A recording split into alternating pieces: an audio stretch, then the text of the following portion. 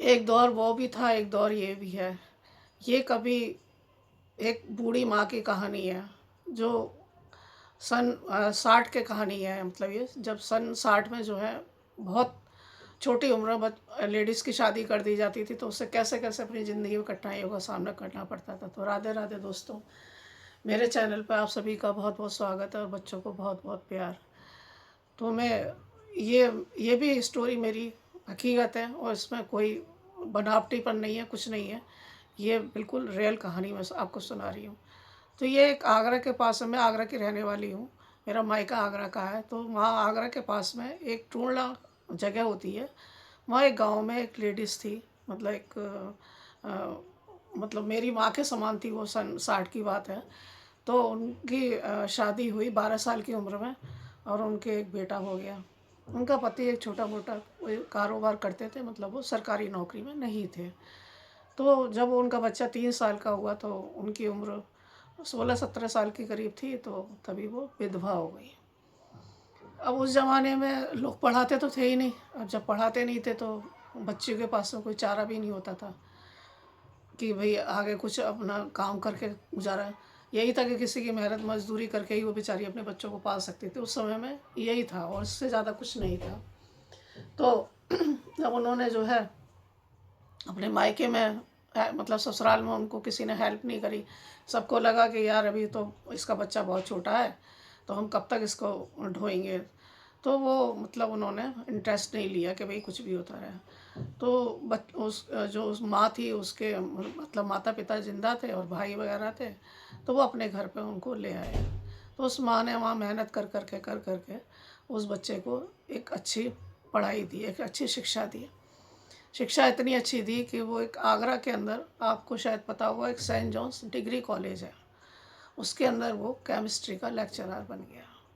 अब आप समझते हो कि उस टाइम में ये 60 की बात है और उसको पढ़ते-पढ़ते जॉब पे आते-आते करीब 85 का टाइम आ गया। तो 1985 के टाइम में एक केमिस्ट्री का अच्छा लेक्चरर होना बहुत बड़ी बात होती है, और वो भी एक विधवा के लिए। अब वो अच्छी जॉब पे लग गया, तो उसके बाद वो अपनी माँ को अपने शहर में आगरा के अंदर ले आया और वो वहाँ पे एक किराए का मकान लेके रहने लगा। अब वो कॉलेज हो, ऑफिस हो, सब जगह हो, तो वहाँ गर्ल्स भी हो, लड़कियाँ भी होती हैं जॉब पे। तो वहाँ पर एक लड़की से उसकी मुलाकात हुई होगी, तो उसके बाद वो उनके घर पे आने जाने लगी। घर पे आने जाने लगी तो वो माँ के साथ में थोड़ी हेल्प करती थी। उनका काम वाम भी कर जाती थी थोड़ा सा, तो माँ को भी थोड़ा अच्छा लगता था। क्योंकि जब जवानी में आदमी विधवा हो जाती है तो शरीर से वो चीज़ नहीं आती है। वो कितना भी हो, शरीर उसका टूट चुका होता है, क्योंकि अंदर से तो वो पूरी तरह टूटी हुई है। तो वो आके बच्ची काम करके जाती थी, तो उन्हें बहुत अच्छा लगता था। तो उन्हें लगता था कि अगर मेरा बेटा इससे शादी कर लेगा तो चलो मेरा घर अच्छे से बस जाएगा और मेरी आगे की ज़िंदगी भी सही समय कट जाएगी। अब वो क्या होता है कि आपने ऐसी बहुत कहानियाँ सुनी होंगी कि जहाँ दो फ्रेंडें होती हैं तो उसमें क्या देखती हैं कि फ्रेंड ही आपस में कि यार इसने इस लड़के को प्यार करने लगी है, तो इससे साइड करके मैं इस लड़के से प्यार कर लूँ, क्योंकि इसके घर में कोई है तो है नहीं, एक माँ ही है और आगे पीछे कुछ है ही नहीं, जॉब अच्छी है, सब कुछ है। तो उसने, वो जो लड़की माँ की हेल्प करती थी, आती जाती थी, धीरे धीरे करके उसने उसको साइड करा और वो उनके घर में आने जाने लगी। तो उन्होंने धीरे धीरे, उस लड़की ने उसको अपने कब्ज़े में किया और करते करते उसने उससे शादी कर ली। शादी करके वो घर आ गई। अब घर आ गई तो माँ को लगा चलो अब उसकी गृहस्थी बस गई है, तो कोई बात ही नहीं है। उसने, मायके वाले बेचारे माँ के कब तक करेंगे। तो उसी दौरान में क्या होता है, जब वो आगरे के अंदर आकर रहने लगती हैं, तो मेरी माँ जो है ना, वो घर की सब्जियां लेने के लिए जाती थी। पुरानी लेडीज़ को थोड़ा होता था ना कि 2-4 पैसे बचा लें, तो उन्हें लगता था कि मैं सब्ज़ी लेने के लिए जाऊंगी तो मैं इससे 10-20-50 रुपये बचा के अपने अलग से, पति से अलग उठा के रख लूँगी। तो वो इस लालच में सब्ज़ी लेने के लिए जाती थी। तो अचानक उनकी सब्ज़ी मार्केट में उन महिला से मुलाकात हो जाती है। तो एक ही उम्र की होती हैं तो अच्छी बातचीत हो जाती है, आना जाना हो जाता है। तो वो बताती हैं कि मैं ऐसे ऐसे बाल विधवा हो गई थी और इस तरह से मैंने अपने बच्चे को पढ़ाया करा, आज उसकी शादी हो गई है और वो सेंट जॉन्स कॉलेज के अंदर अच्छा जो है लेक्चरर में केमिस्ट्री के पे लगा हुआ है।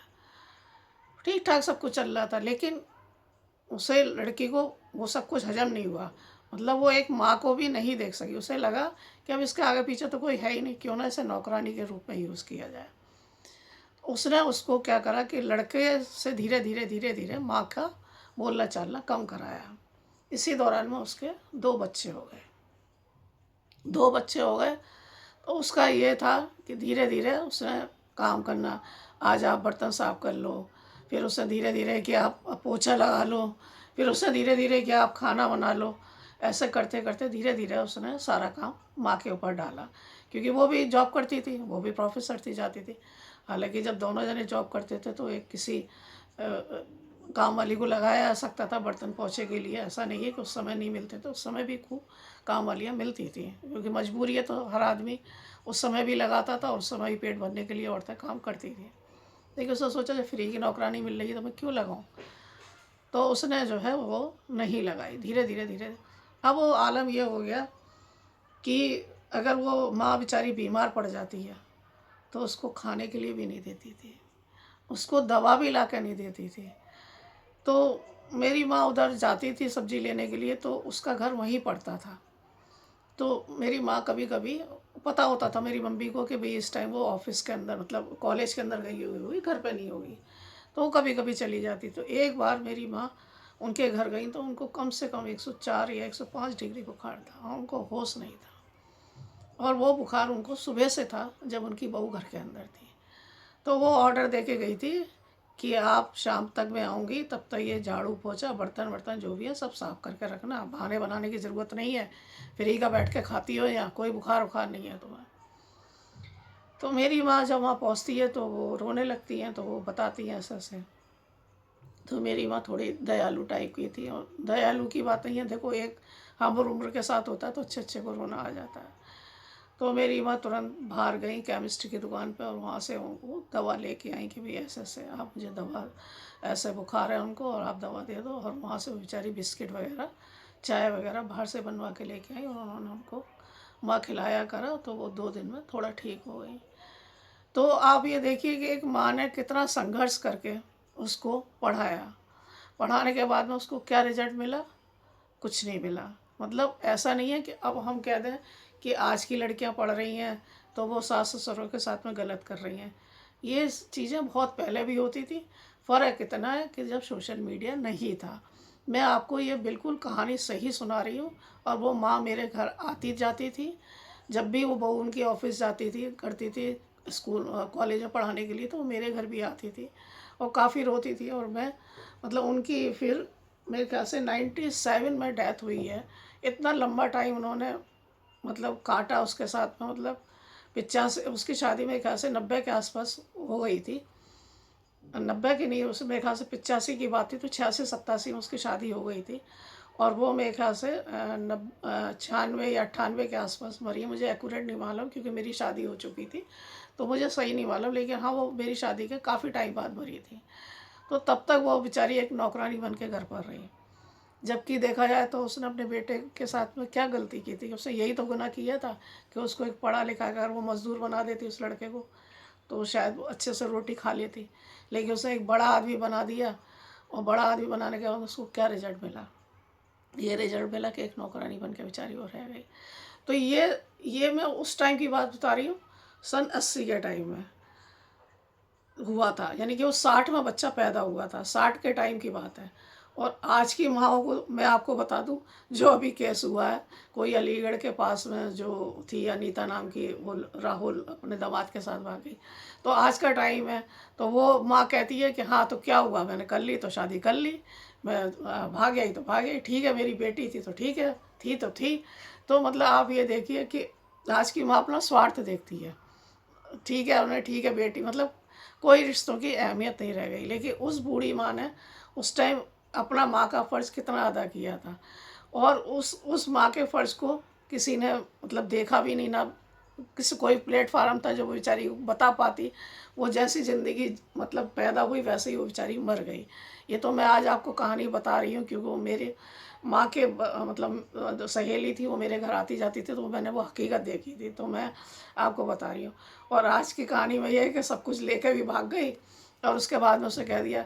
मतलब आप ये देखिए उसकी एज कितनी होगी जो अपनी लड़की की शादी कर रही है, वो दामाद की एज और उसकी एज में कितना फ़र्क होगा।